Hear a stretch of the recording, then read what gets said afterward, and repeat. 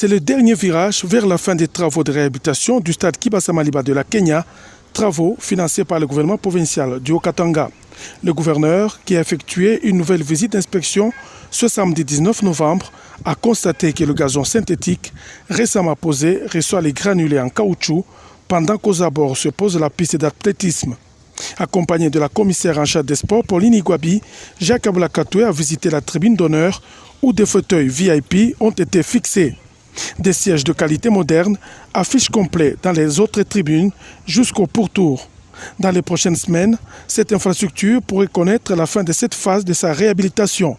L'autorité provinciale va ensuite se rendre au quartier Katouba 3, s'assurer de l'état d'évolution des travaux de construction du pont Kasungami. Ici, l'heure est au bétonnage de la première armature et la tombée de la pluie ne semble pas entraver le déroulement des travaux. C'est dans une pirogue que Jacques Aboulakatoué a constaté la peine quotidienne de ses administrés des quartiers Katouba, Salongo et Kachamata, obligés de traverser cette rivière avec autant de risques de noyade. Travaux sur Katouba 5 ans sont en train d'évoluer très bien et nous croyons que selon l'entrepreneur, d'ici le mois de mai, le pont sera complètement terminé et celui-ci aussi qui commence au cours de ce mois pourra aussi terminer pratiquement dans les mois de juin, de juillet, août. Donc nous devons absolument accélérer avec les travaux parce que ce n'est pas acceptable que la souffrance s'impose sur notre population. Nous avons beaucoup de choses à faire, mais le président de la République voudrait qu'on travaille pour notre population. Il voudrait que nous puissions trouver des solutions aux problèmes de la population. Le problème qui se pose ici, donc c'est un problème primordial pour nous, c'est une priorité zéro. Donc d'ici peu, nous allons assister au lancement des travaux. Sa présence est déjà un ouf de soulagement pour de nombreux jeunes accourus chanter et demander un pont à leur gouverneur qui leur a donné sa parole d'honneur qu'il y posera une infrastructure viable.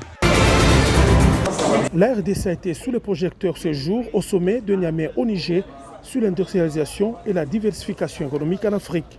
Tout un thème a été consacré au pays de Félix-Antoine Tshisekedi, à savoir la RDC pour la transformation et l'industrialisation locale de ses ressources naturelles. Le ministre national de l'Industrie, Julien Paluku Kaongia, conduit la délégation RD congolaise à ses assises avec dans sa suite le gouverneur du Haut-Katanga, Jacques Aboulakatoué, et sa collègue du Haut-Lomami, Isabelle Yumba Kalinga Mushimbi. Le Congo démocratique est en plein processus d'installation de la première usine de fabrication sous son territoire des précurseurs des batteries électriques, conformément à la vision lancée par le président de la République, Félix-Antoine Tshisekedi Tshilombo, lors du DRC Business Forum tenu à Kinshasa et qui exhorte les pays africains à transformer localement leurs ressources naturelles. Un message fort qu'a voulu partager aux participants le ministre national Julien Paluku Kaongia. On est sur la question des minerais verts. Ces minerais qui entrent dans la fabrication des batteries électriques se retrouvent encore être dans les pays africains. Et donc la RDC a estimé qu'il était important, sous l'encadrement de tous les partenaires que j'ai cités tout à l'heure, de développer une chaîne de valeur régionale pour impliquer tous les pays africains à se joindre ensemble et à chercher à répondre à ces besoins de l'humanité qui est la lutte contre le changement climatique. À marge de ces travaux de la semaine d'industrialisation de l'Union africaine organisée par la Commission économique des Nations unies pour l'Afrique et le gouvernement congolais, le ministre Julien Paluku Kaongia a présidé une réunion stratégique à Niamey avec les partenaires techniques et financiers sur la valorisation d'une chaîne de valeur des batteries pour les véhicules électriques inclusives et durables en Afrique. Ayant reçu la parole, le ministre provincial en charge de l'Intérieur a fait au Conseil l'économie de la situation sécuritaire de la province. Celle-ci demeure relativement calme, nonobstant la recrudescence du banditisme urbain dans les grandes agglomérations de la province, Lubumbashi, Likasi et Kasumbalesa. Poursuivant son intervention, il a informé les conseils que des efforts devront continuer à être déployés pour rassurer davantage de nuits paisibles à notre population, surtout en cette période où nous nous approchons des festivités de fin d'année. Pour clore son intervention, Le ministre de l'Intérieur a évoqué la question de sécurité des transporteurs de grands camions avec lesquels nous partageons les intérêts communs en tant que membres de la sous-région de la SADC. Il a informé le Conseil que leurs cris d'alarme ont été entendus et des véhicules de surveillance sont déjà alignés sur les axes Kasumbalesa-Lubumbashi et Lubumbashi-Likasi afin de décourager les coupeurs de route qui mettaient en mal le trafic sur le corridor Kasumbalesa-Kolwezi. À noter également que le Conseil des ministres est revenu sur les incidents malheureux survenus dans la ville de Lubumbashi après la marche de soutien au commandant suprême de FARDC et de la PNC, ainsi qu'à nos forces armées, où l'on a assisté à des actes de vandalisme. Après débat et délibération, le Conseil a instruit le ministre provincial en charge de l'Intérieur de diligenter des enquêtes rapides pour établir les responsabilités tant au niveau des services de sécurité qu'au niveau de tous les délinquants en vue de les déférer vers les instances judiciaires pour qu'ils soient soumis à la rigueur de la loi. 2. Analyse de l'avant-projet des 10 portant budget de la province, exercice 2023. Ayant reçu la parole, le ministre provincial en charge du budget a fait au Conseil l'économie de l'avant-projet de l'édit portant budget exercice 2023. De manière synthétique, le ministre provincial en charge du budget a circonscrit les budgets 2023 en dépenses et en recettes à 1 341 milliards 689 millions 888 737 francs congolais. Après débat et délibération, le Conseil a adopté les 10 avant-projets, article par article, lesquels sera envoyé à l'Assemblée provinciale pour examen. C'est une abondante moisson qu'ont réalisé les services de sécurité du Haut-Katanga, conduits par le commissaire provincial de la police, Norbert Ilunga Katwamba. Ils ont réussi à mettre la main et à présenter au vice-gouverneur Jean-Claude Kanfoua Kimimba 2 vagues de bandits à main armée et des voleurs des câbles électriques de la SNEL. La première vague constituée de 7 groupes avec au total 37 criminels qui opéraient notamment à Lubumbashi et à Kasumbalesa, et ce, dans toutes les communes. Ils sont pour la plupart des repris de justice, dont Chituka Mukendi Malaba, alias Malabar, un compagnon du célèbre bandit à main armée Kabengele, aujourd'hui en fuite. Dans leurs opérations, ils utilisent des armes à feu, des marteaux et autres objets pour casser les vitres des maisons visitées. Certains d'entre eux ont été capturés en possession de leurs butins, comme des téléviseurs, ordinateurs, des baffles et autres. La deuxième vague a été composée des voleurs des câbles électriques sectionnés sur les réseaux de la SNEL. C'est à Kasumbalesa qu'ils ont été cueillis. Après avoir rendu hommage au service pour le travail abattu, le numéro 2 du Haut-Katanga, Jean-Claude Kanfoua Kimimba, a émis le vœu de voir la justice saisir de ces cas afin que la quiétude règne parmi les paisibles citoyens. Coup de chapeau à tous les services, au commandant de la police ainsi que tous ses collaborateurs pour ce travail qu'ils sont en train d'abattre. Il y a encore d'autres qui sont en train encore de semer la terreur et que nous demandons encore au service de multiplier les efforts pour les déférer encore devant la justice. Les recherches se poursuivent pour mettre la main sur d'autres criminels en cabale ou encore non identifiés.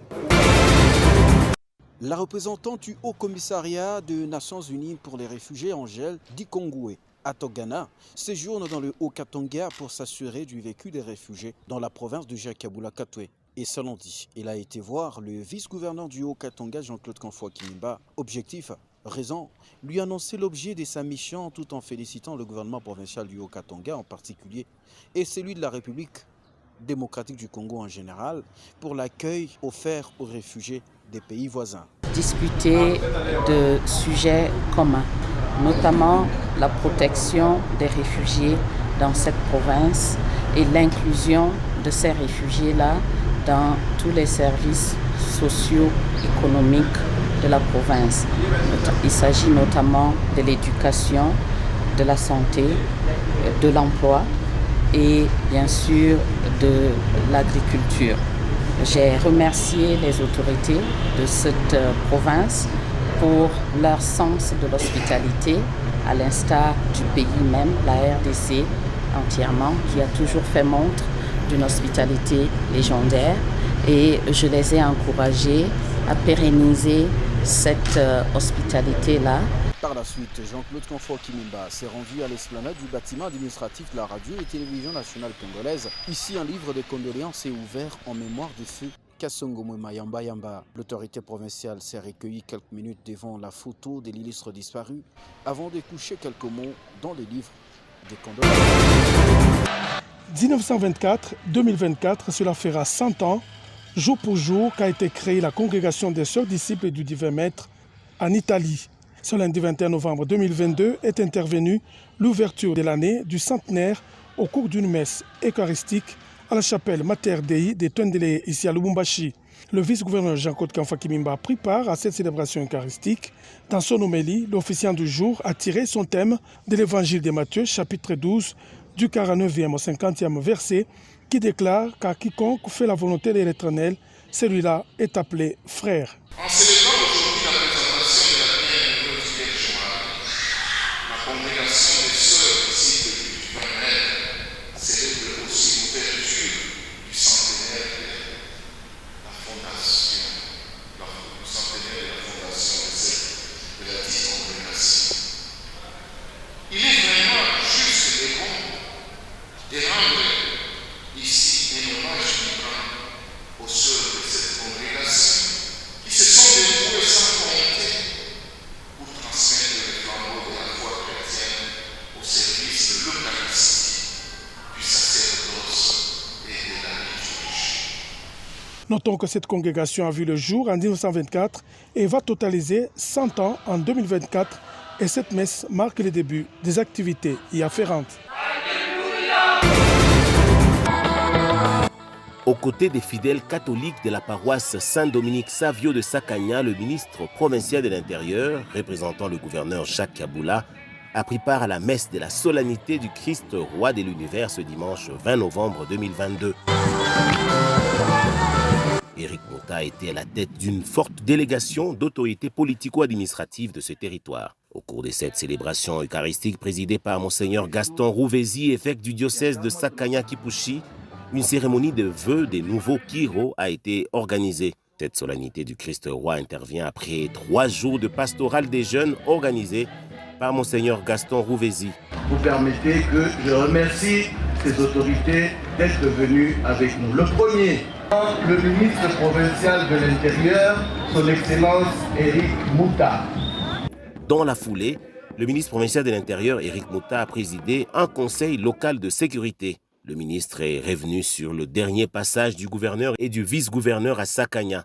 Tablant sur la situation sécuritaire, il a été relevé au cours de ce conseil de sécurité que le territoire de Sakanya est relativement calme en dépit de quelques cas isolés. À ce sujet, des instructions ont été données par le ministre provincial de l'Intérieur pour redoubler de vigilance, surtout en cette période où notre pays fait face aux agresseurs qui violent l'intégrité de notre territoire dans sa partie est. La question de la marche de soutien au FRDC organisée samedi à Sakanya a été également abordée. Éric Mouta a salué l'organisation de cette marche par les autorités politico-administratives de ces territoires qui se sont rangées derrière le gouvernement provincial pour soutenir les FRDC et le commandant suprême des FRDC, Félix-Antoine Tshisekedi Tshilombo. Arrivé samedi 19 novembre, en début de soirée, le ministre provincial de l'Intérieur a regagné Lubumbashi dimanche 20 novembre 2022 en début d'après-midi. Le secrétaire général aux affaires foncières, Georges Mugangu, est en mission officielle à Lubumbashi. Il est venu payer une gratification aux agents de son secteur de Lubumbashi-Est, classé parmi les 3 meilleures circonscriptions foncières de la République démocratique du Congo. Ce lundi, Gérard Mugangu a parlé de cet encouragement du gouvernement congolais au ministre provincial de Mines, Georges Mawine Kaindou. À l'issue de cet échange, le secrétaire général a donné ses précisions. Parmi les 144 circonscriptions foncières de la République, nous avons sélectionné 3 circonscriptions 2 à Kinshasa et une à Lubumbashi, la circonscription foncière de Lubumbashi-Est. Cette circonscription pour l'exercice fiscal 2021 a été publicitée comme étant parmi les 3 meilleures circonscriptions foncières. À ce titre, le gouvernement de la République a alloué une somme d'encouragement. Le ministre provincial de Mines, Georges Mawine Kaindou, a exprimé sa satisfaction. Pour nous, c'est une très grande joie. Cela prouve que les qualités managériales du gouverneur produisent des fruits. Ce membre du gouvernement provincial a enfin invité les autres circonscriptions foncières de la province à faire mieux. Avec la politique du ministère national des Affaires foncières, c'est de primer toutes les circonscriptions qui vont commencer à faire entrer beaucoup d'argent dans le trésor public. Au retour, ils ont droit aussi à des primes. C'est ce que le secrétaire général vient de faire. Le territoire de Kambove aura bientôt sa circonscription foncière. Le bâtiment devant abriter les services d'octroi de permis de conduire sécurisés avec puce sera bientôt opérationnel. Le commissaire en charge des transports, Robert Kawissa, accompagné du chef de division provinciale des transports, a inspecté les travaux de construction de ce bâtiment moderne situé dans l'enceinte de la division provinciale des transports. Robert Kawissa a eu des explications claires sur l'évolution des travaux qui sont au niveau de la finition. Satisfait, le commissaire provincial au transport, Robert Kawissa, appelle les requérants à la patience. Le travaux évolue très bien, vous en êtes témoin, vous avez vu, et nous pensons que d'ici là, les travaux vont finir et tout un chacun parmi les conducteurs aura son permis de conduire. Notons que l'objectif de la création de ce centre de délivrance des permis de conduire modernes vise à décentraliser ce secteur. Les travaux de construction de ce centre sont financés par le gouvernement central avec ses partenaires internationaux. Aurélie Mwambi Idjumbi est celle qui a remporté le prix réservé à la meilleure. Avant la proclamation, la cérémonie a commencé par les mots de la commissaire provinciale à la culture et aux arts. Immaculée Bagabé a dit que l'activité du jour était destinée à sortir la Miss Étoile qui doit valablement représenter la province du Haut-Katanga. Elle sera accompagnée de la première et de la deuxième dauphine, d'une Miss Beauté et d'une Miss Personality. C'est la libre concurrence par laquelle on invite chaque citoyen du pays à mobiliser ses potentialités physiques, intellectuelles et matérielles pour son épanouissement personnel et pour le développement de sa société. C'est donc dans cette logique qu'il sied d'inscrire la manifestation d'aujourd'hui, au cours de laquelle 12 demoiselles bien ambitionnées vont devoir rivaliser d'ardeur physique, nous voulons dire d'ardeur de beauté et d'éloquence, pour prétendre à l'un des titres mis en jeu. Les 12 candidates arrivées en finale ont eu à faire quelques prestations suivies de l'élimination pour enfin sortir la gagnante. Aurélie Mwadi Idjumbi est celle qui a eu le prix, une Jeep BM réservée par le gouvernement Kaboula et d'autres présents. Très émue, comme vous pouvez le voir, je ne sais même plus beaucoup parler parce que c'est un rêve, c'est une grande joie. J'ai dit merci à Dieu parce que c'est surtout grâce à lui, parce que les choses des hommes peuvent être planifiées, mais Dieu a permis que ça soit moi pour cette fois-ci. Et j'espère qu'il va m'aider à continuer l'aventure parce que le boulot commence. Il y a Kinshasa qui nous attend, donc on a besoin du soutien de tout le monde pour que nous puissions représenter valablement notre province. Je remercie le gouverneur rwandais Jacques Kaboula Katwe. Merci pour votre soutien. Et sans oublier Madame Immaculée, cette dame qui a toujours été avec nous, qui participe toujours dans les événements culturels. Merci beaucoup maman pour votre accompagnement et tous ceux qui les entourent bien sûr. On prit part à cette cérémonie le rapporteur adjoint de l'Assemblée provinciale du Haut-Katanga, les députés et ministres provinciaux, les partenaires et le grand public. Signalons que cette activité a commencé depuis le mois de mai dernier avec 17 candidates au départ. Cet échange avec la commissaire provinciale Immaculée Bagabé a eu pour objectif de réglementer la corporation des afficheurs et publicitaires du Haut-Katanga. Il s'agit du paiement des taxes et autorisations d'implantation des panneaux publicitaires. Le président de cette structure a affirmé qu'au terme de leur échange avec la commissaire provinciale à la culture et aux arts, il sera mis sur pied une commission qui fera le suivi quant à la réglementation de sa corporation. Il y a toujours une plainte, la plainte qui perdure parce qu'il y a des implantations qui continuent et pourtant on avait déjà arrêté les implantations des panneaux publicitaires dans la ville de Lubumbashi. C'est pourquoi Madame la commissaire nous a invités pour comprendre qu'est-ce qui se passe, qui nous autorise de les faire et pourquoi ça continue. Et pourtant, on avait pris une mesure de surseoir aux implantations. C'est pourquoi nous nous sommes dit qu'ensemble, on doit travailler en collaboration pour monter une commission qui doit nous permettre de vérifier les autorisations que nous obtenons, les sites que nous implantons, les grandeurs, les dimensions des panneaux et pour mettre un peu de l'ordre dans la ville de Lubumbashi. L'implantation des panneaux publicitaires doit être faite en ordre et la corporation des afficheurs et publicitaires du Haut-Katanga doit se soumettre à tout paiement des taxes fixées par la province. La mission de la commissaire provinciale en charge de l'emploi, du travail et de la prévoyance sociale, Angélique Kyungu, a débuté par l'entretien qu'elle a eu avec le maire de Likasi, Idesbald Petue Kapande. Aussitôt après, la commissaire provinciale a démarré la visite de différents services sous sa tutelle. Angélique Kyungu s'est rendue premièrement à la direction provinciale de la Caisse nationale de sécurité sociale Katanga 2, où elle a suivi des explications sur le fonctionnement de cette institution. Même exercice à l'INPP, où Angélique Kyungu est allée. Ici, le directeur a relevé à l'intention de son hôte le projet d'encadrement des motocyclistes, un projet qu'Angélique Kyungu a promis d'appuyer. La tournée de la commissaire provinciale s'est clôturée à l'inspection urbaine du travail. La commissaire provinciale y procédera à l'inauguration d'un nouveau bâtiment construit et équipé. Cela va améliorer tant soit peu les conditions de travail des agents. Angélique Kyungu a promis de s'investir pour rendre viables les bureaux de tous les services sous sa tutelle qui connaissent beaucoup de difficultés. Nous nous sommes rendus compte que vraiment ils ont beaucoup de difficultés. Ils travaillent dans de mauvaises conditions. Nous, à notre niveau, nous allons transmettre à son Excellence, Monsieur le Gouverneur de province, pour voir dans quelle mesure il pourra aussi apporter sa contribution et pourquoi pas informer aussi Kinshasa.